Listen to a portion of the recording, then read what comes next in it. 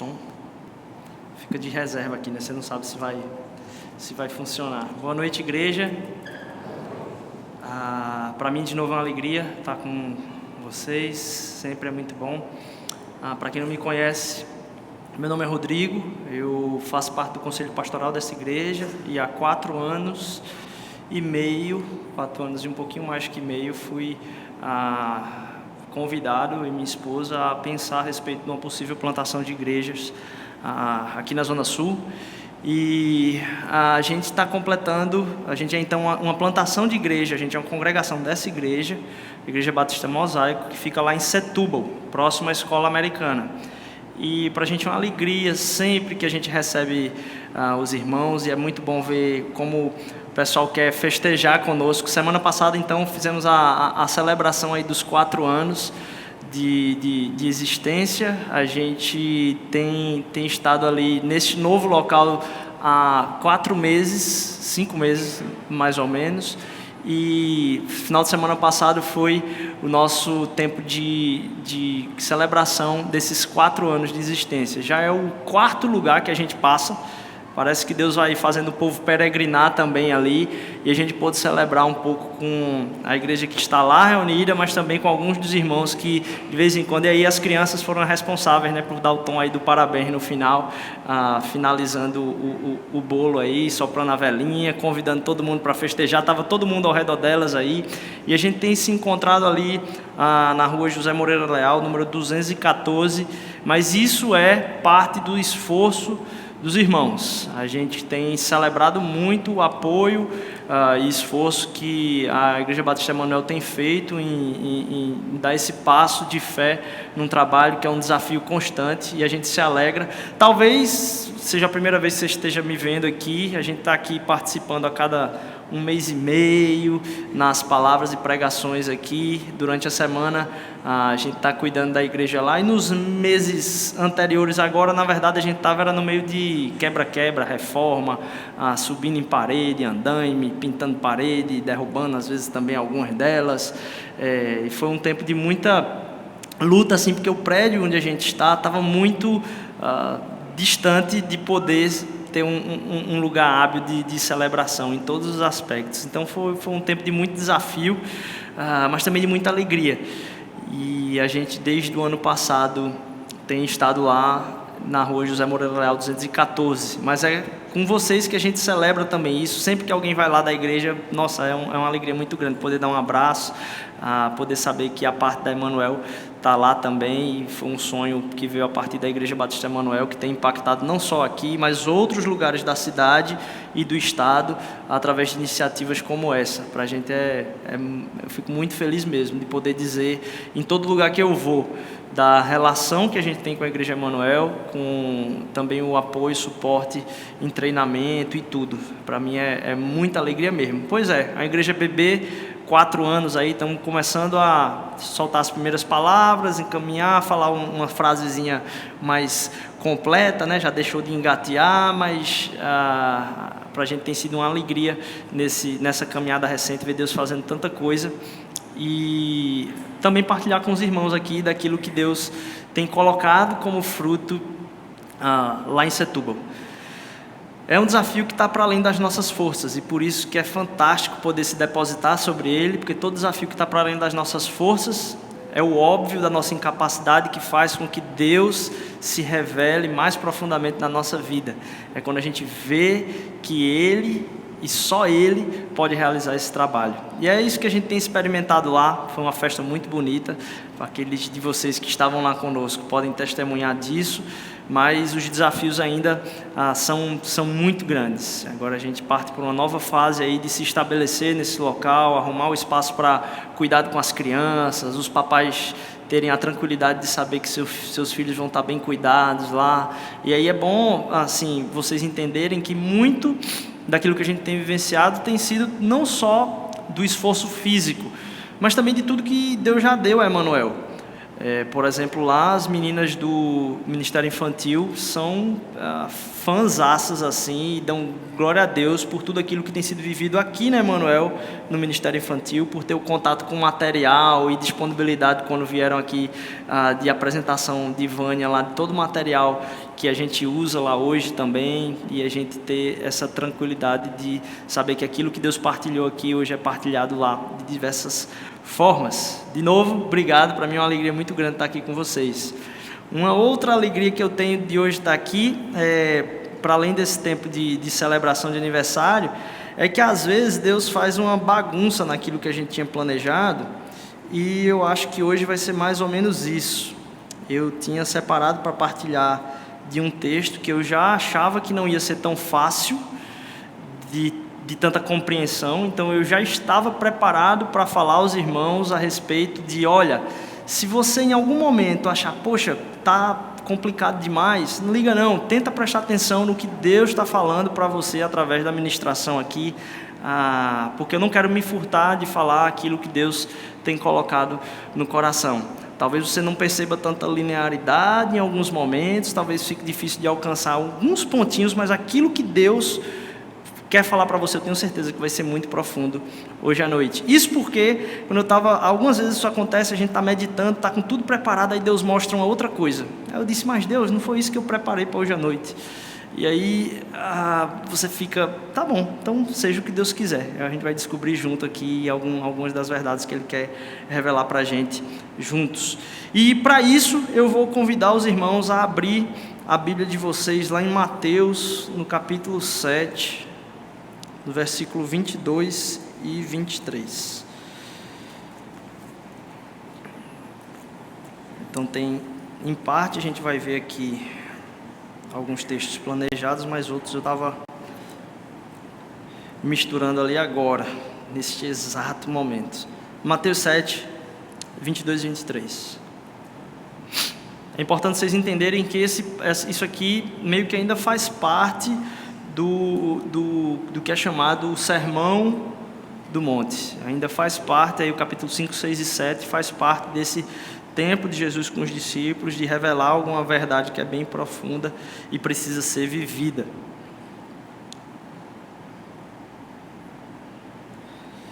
Mateus 7, 22 e 23. Naquele dia, muitos me dirão, Senhor, Senhor, nós não profetizamos em Teu nome?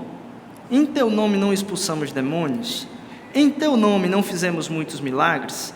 Então lhes direi, claramente, nunca vos conheci. Afastai-vos de mim, vós que praticais o mal. Que chocante você perceber que tem gente chegando a Jesus para dar essa declaração, diz, Jesus, eu tenho feito tanta coisa em Teu nome. E aí a resposta de Deus para aqueles corações, através da boca do Filho do Deus vivo é, olha, eu nunca conheci vocês. A verdade é que a gente vive o Evangelho, e esse Evangelho parece que, como num jogo de futebol, bate na trave. Ele quase é aquilo que é a vontade de Deus em plenitude para a nossa vida, mas é um quase. Os caras chegaram aqui na ministração de Jesus dizendo, olha, a gente fez tudo isso. Vai ter um dia que as pessoas vão dizer, eu fiz tudo isso, mas não foi gol. Não teve alteração nenhuma no resultado. E o fato é que muitas vezes o Evangelho deixa de ser vivido por esse quase. Está quase tudo certo. Quase tudo certo. Mas está tudo errado. As pessoas têm uma dificuldade muito grande de entender a plenitude da verdade de Deus trazida na vida, morte e ressurreição de Jesus Cristo. Eu cada vez mais me torno ciente da minha incredulidade no Evangelho vivo. Porque se ele fosse verdade, minha vida seria tão diferente.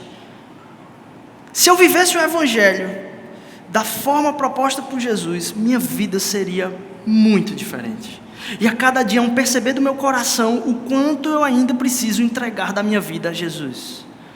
O quanto nessa batalha de Jesus pelo meu coração, ainda tem lugares do meu coração que eu ainda isolo e não deixo ele chegar.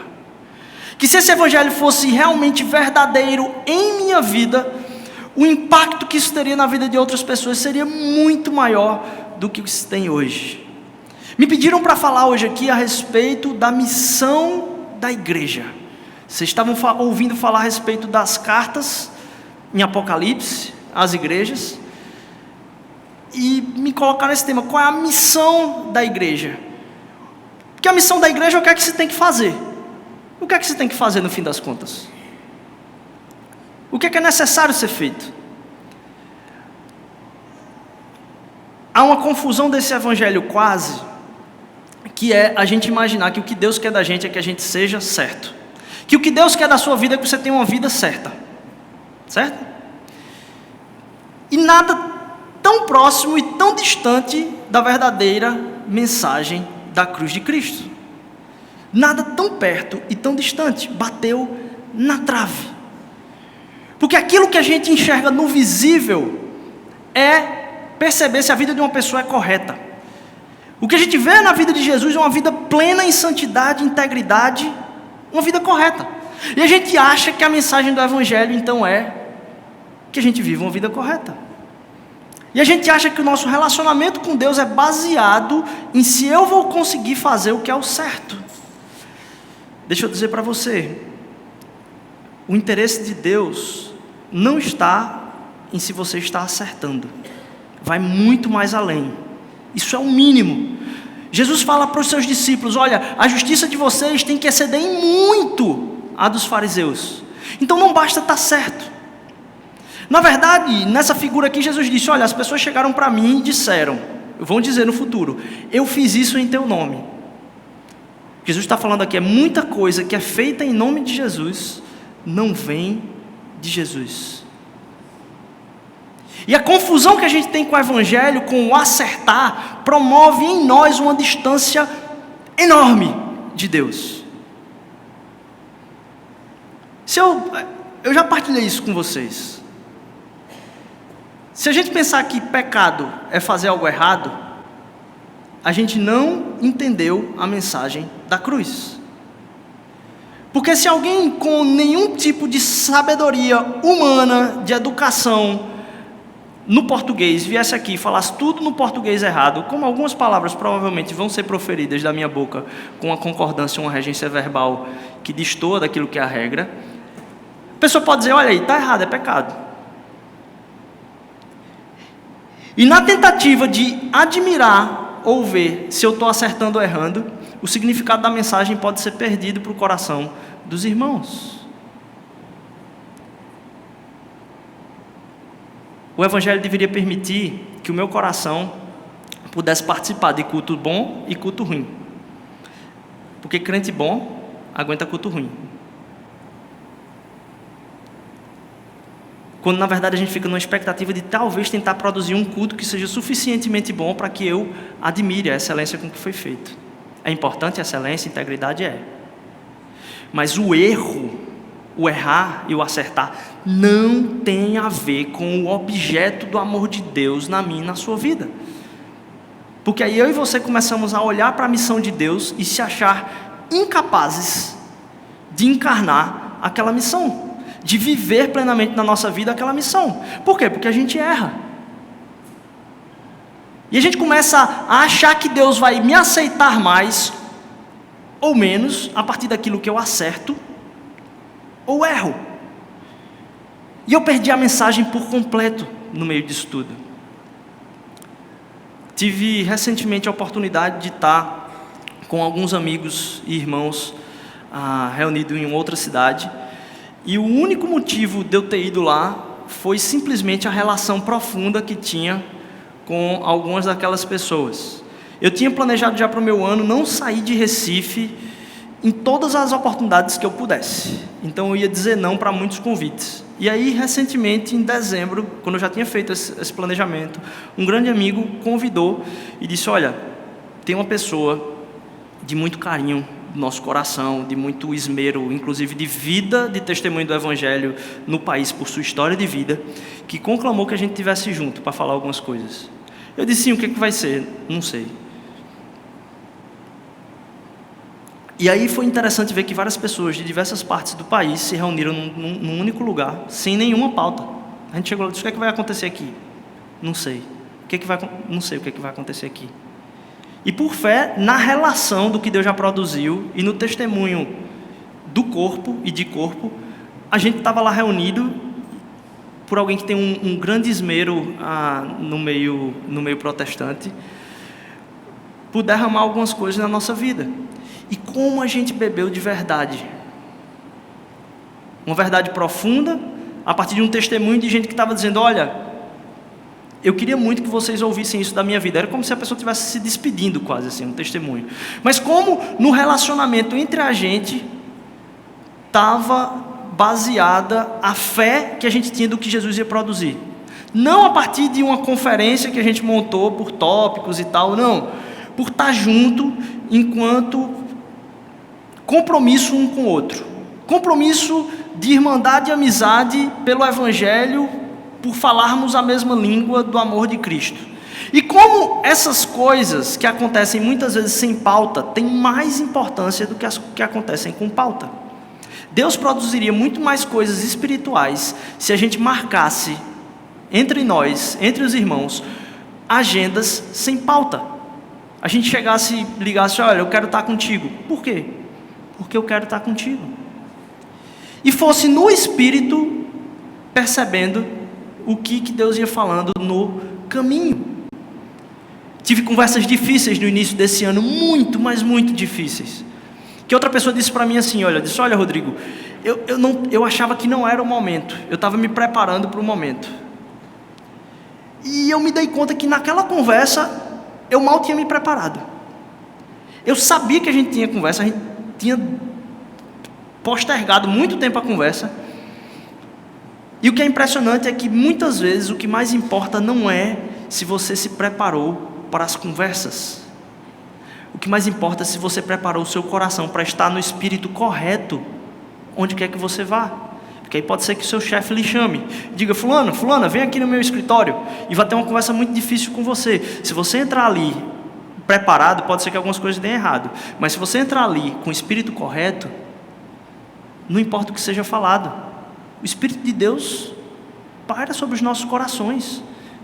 E a gente precisa entender que muito mais do o que é que eu vou tirar com isso, quão útil vai ser esse negócio, é o como eu estou submisso à vontade de Deus.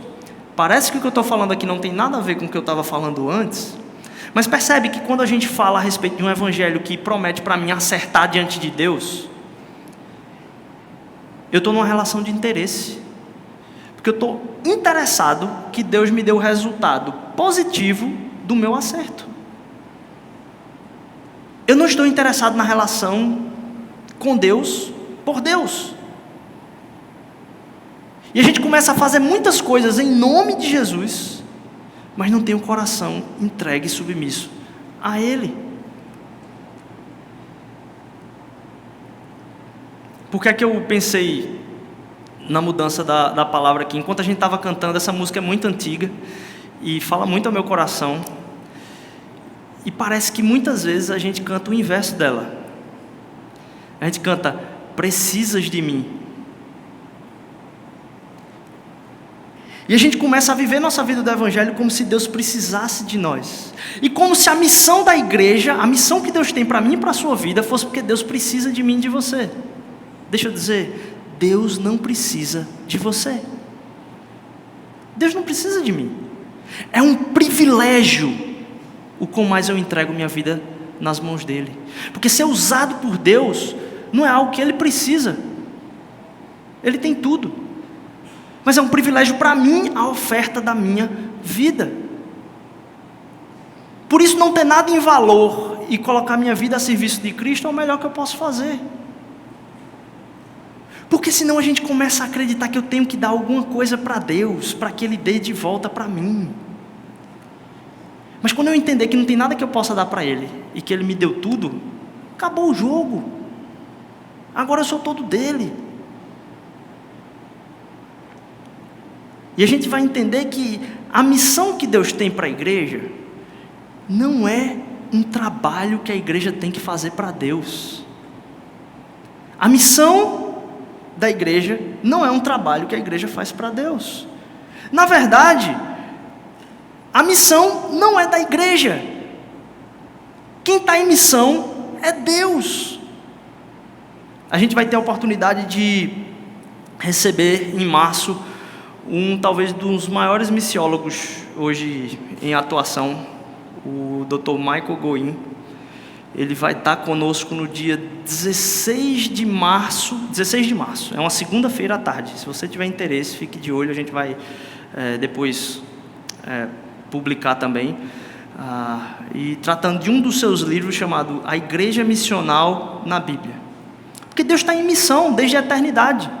Quando ele fala, façamos o homem em nossa imagem e semelhança, o ato da criação já tem a missão de Deus de ter o seu caráter revelado nas nossas vidas. O chamado de Deus a Abraão é um chamado para que as famílias da terra sejam abençoadas através da vida de Abraão. O povo de Deus é tirado do Egito, e é engraçado, eu queria que os irmãos lessem comigo o texto que está lá em Êxodo 19, 6. Êxodo 19, 6, muito conhecido talvez de muitos. Êxodo 19, 6. Imediatamente antes, as tábuas da lei, os 10 mandamentos. Êxodo 19, 6. Mas vós sereis para mim um reino de sacerdotes e nação santa. Essas são as palavras que falarás aos israelitas. O desejo de Deus para o povo é que o povo como um todo seja um povo de sacerdotes, que vão testemunhar da missão de Deus para o mundo. E isso permanece por toda a Bíblia, Antigo e Novo Testamento. A missão de Deus não é uma coisa que a igreja tem. A missão que não é da igreja, a missão que é de Deus, é uma coisa que faz parte da natureza da igreja. Porque se somos corpo de Cristo, somos coparticipantes e herdeiros de quem Ele é e o que Ele tem para dar. Então missão é uma coisa que faz parte de você como igreja, é uma coisa que faz parte de mim como igreja, porque Deus está em missão. E se eu me relaciono com o corpo de Cristo, eu vou ser convidado a participar dessa missão, estar em missão para o que Deus quer fazer no mundo, para que as pessoas o conheçam. A gente confundiu um pouco as bolas e acabou relegando essa tarefa, parece que a quem está com o microfone na mão, quer dizer, agora na orelha, né? Não pode nem usar o microfone, está na orelha aqui. A gente relegou isso a quem está com o microfone. Isso não é verdade. Se você for procurar no seu Novo Testamento aí, você vai ver que a palavra em grego pastores só acontece em Efésios capítulo 4, versículo 11. Todo outro lugar onde a palavra pastor acontece no Novo Testamento é para se referir a pastoreio, a ação, a um verbo. Então, a Emanuel aqui não tem um pastor e as ovelhas. Não tem 6 pastores, 7, 8 pastores e as ovelhas. Deus reuniu o povo aqui nesse lugar, para que esse povo, ao entender que a missão é de Deus, eles entendessem que nós somos uma comunidade de pastores, que ao acabar esse domingo aqui, vão pastorear a cidade. Qual o papel então que é relegado às pessoas que têm tomado como função esse pastoreio? A palavra de Deus é muito clara em relação a isso. Aí eles cabem o governo. E aí entenda por governo responsabilidade. Então aquilo que Deus dá como visão para a igreja, aquilo que é o tempo de ensino, tudo bem, isso é responsabilidade dos pastores. Aquilo que são as direções, aquilo que é o pastoreio talvez da liderança, aquilo que é a responsabilização. Quer dizer, quem é que vai ser responsabilizado por? Tudo bem, os pastores. Mas a Emanuel é uma comunidade de pastores no bairro de Boa Viagem. Porque as pessoas aí fora estão como ovelhas sem pastor. E a gente vai trazer elas para a igreja para ter um... Não, um pastor, não, porque Deus constituiu em sua missão nós como povo de sacerdotes, pessoas que vão apresentar a Deus às pessoas, revelar quem Deus é a elas. E a gente volta, o evangelho tem a ver com eu acertar ou eu não acertar? Não. Em nome de fazer aquilo que é certo, talvez as maiores atrocidades da história aconteceram. Creio que já falei esse exemplo aqui. Em nome de ser o mais correto possível, se chegasse uma menina de 12, 13 anos ali, correndo, chorando aqui, se escondesse atrás daquele biombo ali, da bateria, e daqui a pouco entrasse um cara com uma faca ensanguentada aqui, procurando pelo nome daquela menina, se a sua integridade dissesse que você tinha que se levantar e dizer, ei, está ali atrás do biombo, pode pegar? Porque se você não fizesse isso, você estava mentindo. E aí, se você considera que o evangelho é a respeito de acertar simplesmente para Deus, você se perde nesse momento, porque não tem resposta certa, mas tem espírito. E quando a gente é ajudado a discernir o espírito de corpo, as coisas mudam, porque a gente começa a tocar na verdade, aquilo que é verdade eterna. Olha, afastem-se de mim, porque eu nunca os conheci. Percebe que o verbo muda agora. Se trata do conhecimento relacional de Deus. Eu fiz isso em teu nome, eu fiz isso em teu nome, eu fiz isso. Quanto que a nossa relação com Deus está baseada no quanto a gente fez em nome dEle, e não em quanto a gente buscou conhecer a sua vontade. Porque a gente tem medo que se a gente não fizer, vai dar tudo errado na nossa vida. Isso é muito pouco para a profundidade do evangelho. E a gente imaginar que esse termo do conhecer é importante, entender quem Deus é, quem nós somos para a sua missão, e não qual é simplesmente a missão dessa organização. A gente conhecer a Deus faz com que a gente entenda quem nós somos em Deus, e para qual propósito Ele nos criou.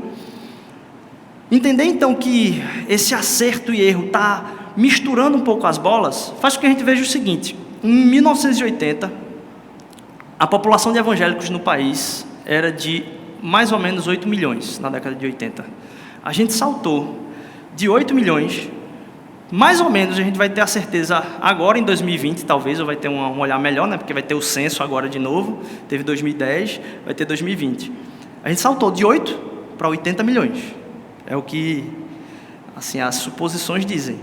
A gente saiu do 8 para o 80. Percebam agora, se nós somos sal e luz, o quanto mudou o Brasil, se foi também do 8 para o 80. Então, ter a produção de números.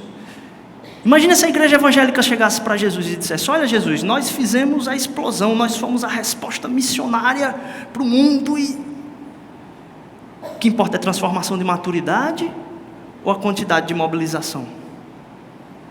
Deus está muito mais interessado na entrega do nosso coração. As revelações de Jesus na nossa vida acabam causando coisa mais profunda, porque primeiro nos constrange ao ponto de nos matar, porque eu tenho que morrer para mim mesmo, para que aí então seja gerada vida a partir de mim. E muitas vezes a gente está indo em busca de Deus, entendendo qual é a missão que tu tens para a minha vida, mas na verdade o que a gente está perguntando é: como é que eu posso ter uma vida mais confortável e uma vida melhor estruturada, para que meus filhos aproveitem das benesses que foi a construção da minha vida. Porque eu acertei a vida toda, eu consegui produzir um ambiente onde os meus filhos podem aproveitar muito mais do que o que eu aproveitei na minha infância, porque a realidade dos meus pais era mais difícil, e eu não pude aproveitar tanto, então eu vou produzir mais para eles. E aí eu começo a querer que os meus filhos, eles entendam o seu chamado a partir de um garantidor de não ter problemas. Eu apresento aos filhos aquele que é o que vai impedir que eles sofram na vida, porque tudo na minha vida para eles acaba revelando isso. Porque a minha noção de evangelho, de missão, tem a ver com eu acertar para Deus, eu começo a produzir uma geração de pessoas que estão procurando acertar na vida. nada mais distante, nada mais diabólico do que o que está sendo produzido na mente dos jovens. Que ao invés de pensar o que é que Deus tem para a vida deles, começa a perguntar de que forma eles podem acertar na escolha da profissão de modo que eles não vão ter falta de grana. Isso ser endossado pelos pais. Então, de novo, você tem gente com 6 bilhões de digitais diferentes, e das 6 milhões de digitais diferentes, metade quer fazer medicina. Tem alguma coisa errada. Se é todo mundo diferente e está todo mundo querendo fazer a mesma coisa, pelo menos metade, tem alguma coisa errada nesse processo. E a gente começa a estimular a competência das pessoas para que elas sejam o máximo competentes e garantam a vida plena. Se elas forem competentes o suficiente, elas vão ter a vida plena. E aí, de novo, quando a mulher deixa de revelar competência, eu troco a mulher. Quando o marido deixa de ser competente naquilo que eu desejo dele, eu troco o marido. Mais do que isso, a quantidade de idosos que está aí nos asilos, sem família nenhuma, sem gente para estar perto, só revela uma coisa: as pessoas foram ensinadas a serem competentes, e elas têm que se desfazer de tudo que atrapalha a competência delas. Por que que uma pessoa nova vai estar em contato com seu pai, se aquilo vai atrasar ela na sua produção, produtividade e crescimento de carreira? E a gente acha que é besteira. Não faça aquilo que dá dinheiro. Do diabo, meu irmão. Deus queira que você seja colocado de joelho por falar um negócio desse para o seu filho. Nada mais distante de você querer destruir a vontade de Deus para a vida dele. Porque aí a gente fica pensando a missão de Deus nesses aspectos. Eu vou acertar e vou receber de acordo com o acerto. E não tem como eu acertar. Porque quem acertou foi Deus e eu vou me colocar diante dele. E aí eu começo a orar desse jeito. Eu começo a orar para que Deus compreenda aquilo que eu estou pensando, para que Ele venha para o lugar onde eu estou, e para que eu convença Ele a fazer algo que Ele tem poder. Mais do que isso, eu explico para Deus, para ver se Ele entende. Eu clamo que Ele venha para cá, e eu também peço que Ele realize aquilo que Ele ainda não entendeu, mas pode. Deus, o Senhor não está entendendo, Pai. Minha situação está difícil. Aí você chega para Deus, o Senhor precisa entender isso, está muito difícil. Eu pude receber muito nessa semana, através de algumas conversas sobre isso, que me marcaram muito. Porque é o que a gente faz. Deus é onisciente, onipresente e onipotente. E a gente fica explicando para Ele o que Ele já sabe, pedindo que Ele esteja onde Ele já está, para fazer aquilo que Ele já pode. Deus já está aqui, a gente pede para Ele vir. Deus já sabe o que eu estou pedindo para Ele, a gente pede que Ele entenda. E a gente quer convencer a Ele dele executar o poder dele. A vida do pastor Paulo Júnior foi muito influente em alguns pontos de realmente arrependimento na minha vida, em relação ao meu relacionamento com Deus nesse sentido. E um deles é esse, para me mostrar que eu estou completamente errado, que na verdade eu não preciso explicar para Deus minha situação. Deus quer um coração sincero, Ele quer saber o que se passa no meu coração. Mas o bom é que o Evangelho alcança o meu coração a ponto de eu dizer: Deus, o que é que Tu queres explicar para mim? Para onde Tu queres que eu vá? E o que é que Tu queres que eu realize? Porque eu não tenho poder, mas o poder também é Teu. E aí a gente entende a missão. Porque a missão não é minha, a missão é de Deus. Então o meu querer está submisso, meu lugar está submisso, e o que eu vou fazer também está submisso ao poder dEle. Porque Ele está em missão a história inteira. Ele tem controle de toda a minha história. Ele me sustentou até agora e vai continuar me sustentando. Isso faz com que eu não tente provar para as pessoas quais são os atributos de Deus, mas eu revele para elas a natureza dEle. E elas percebam em mim um Deus misericordioso. Por quê? Porque eu sou misericórdia. Que elas percebam em mim um Deus compassivo. Por quê? Porque eu sou compassivo. Que elas percebam em mim, às vezes, a dureza, mas uma dureza que revela o coração amoroso de Deus. Que quando o filho vai se perder, aquele que tem amor não é aquele que deixa ele fazer aquilo que quer, mas aquele que confronta para que mude os seus caminhos em amor. Então eu começo a entender que se Deus fez um povo de sacerdotes agir em nome de Jesus, vem depois de conhecer Ele, de buscá-lo de todo o coração e de entregar todo o seu coração. E aí a gente vai começar a perguntar, a partir da missão de Deus, não o que é que o Senhor tem para mim, não o que é que o Senhor quer de mim, não o que o Senhor quer para mim, mas o que o Senhor quer de mim, perdão. Não o que o Senhor tem para me dar, mas para que o Senhor me tem para a sua missão. O que é que a minha vocação tem a ver com isso? Para que a gente fuja de ficar nesse erro acerto simplesmente, que é muito pouco, apesar de a gente ser íntegro, a integridade dos fariseus é pouco. A gente tem que buscar isso cada vez mais, mas não como objetivo central, mas a partir de uma entrega completa da nossa vida a Deus. Porque Deus não vai ser o garantidor de que não vai ter problemas para mim. Na verdade, Deus é o garantidor de que a relação dele vai fazer com que tenha problemas na minha vida. E não tem problema. Deus acaba sendo aquele que vai garantir o ambiente e a plenitude para que haja problema. Porque justamente porque a gente foge de problemas, que a gente não entende a vontade de Jesus, a gente não é constrangido no amor, a gente não morre e a gente não gera vida. Na verdade, a gente quer o conforto e a garantia de não problema, por isso a gente foge do constrangimento, a gente garante a nossa vida e a gente produz morte para o nosso país. A gente produz morte para a nossa realidade ao redor, porque eu sou o garantidor de mim. E Deus veio falar para mim que Ele é o garantidor dele mesmo na minha vida. Por isso eu posso entregar a minha toda. E aí eu começo a entender um passo além daquilo que a mulher samaritana entendeu lá em João capítulo 4. Porque em João capítulo 4, e eu encerro com isso, fala a respeito de rios de água viva, né? Jesus como a fonte, aquele que beber da água que Ele dá não vai mais ter sede. E eu acho que eu até usei esse texto na última vez que vim aqui, mas agora de uma forma diferente. Que não é que a gente vá se encontrar com Deus e depois vá pegar as pessoas e levar elas para Deus, para apresentar Deus para as pessoas. Deixa eu pegar aqui na sua mão e dizer: olha, eu encontrei a fonte de água viva, deixa eu te mostrar onde é que está a fonte de água viva.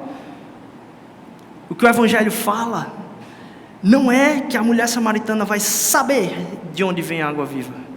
Não é que a mulher samaritana vai ter o conhecimento simplesmente e o conteúdo de saber onde é que é o lugar certo da água viva.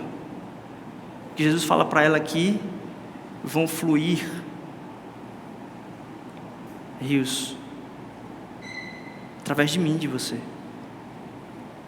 Para que a gente saia pelo mundo, não buscando aquilo que o mundo tem para dar e Deus garantir aquilo que eu posso receber do mundo, mas que Ele garanta que eu sou aquele que vai servir a Ele a ponto de irrigar o mundo com a água que corre aqui dentro, porque aqui não tem falta, aqui transborda. E aí eu seja aquele que se relaciona com Deus, planejando inclusive o meu ano, porque a gente ainda está em tempo de planejamento, não para garantir longevidade dos meus esforços, mas para garantir que a eternidade de Deus se revele na minha vida. Porque a gente passa o tempo todo tentando garantir longevidade, quando a gente já tem a garantia da eternidade. Qual a dificuldade da gente entender isso? Pobre que somos no entendimento do conhecimento de Deus, que nos priva da sua missão, que nos impede de morrer para nós mesmos, e que temos a garantia de viver a eternidade hoje, debaixo da sua luz, e sendo essa luz para as pessoas, para que as pessoas vejam em nós aquilo que Jesus faria. E Ele mesmo fala, um pouco antes desse trecho aqui, que elas vão dar glórias a Deus por ver isso na nossa vida. Que as pessoas olhem para nós e dizem: glória a Deus, glória a Deus, glória a Deus, glória a Deus. E aí Deus vai estar em missão, através da sua vida, que Ele está na história toda. E a gente não separa quem a gente é da missão que Deus tem. Porque nós somos aqueles que fomos embebidos na missão de Deus.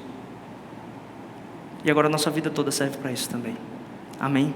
Que a gente veja no corpo de Cristo Jesus esse alcance cósmico para a nossa vida. Para que no tempo breve, por mais longo que seja aqui, a gente alcance outras pessoas para a eternidade naquilo que é a missão dele, através da nossa vida. Não por aquilo que a gente vai fazer em nome de Jesus, mas por como ele vai ser revelado em nossa vida, porque o conhecemos. E por causa dele, temos livre acesso ao Pai. Amém? Jesus, a gente vem aqui como família tua, Pai, como teus filhos, não porque merecemos, mas porque queremos garantir, Senhor Deus, que as pessoas entendam a tua vontade. Faz ela ser verdade na nossa vida, faz a gente entender a tua missão, Pai, porque faz parte da nossa natureza como igreja. Abençoa essa igreja a continuar cumprindo a missão, mas faz, Senhor, com que teu evangelho alcance nossas vidas, para que flua a vida de nós. É o que eu te peço em nome de Jesus. Nos faz submeter nossa vida ao Senhor, nos faz submeter nosso conforto a Ti, nos faz submeter inclusive os planos e desejos para os nossos filhos ao Senhor. É o que eu te peço em nome de Jesus, amém.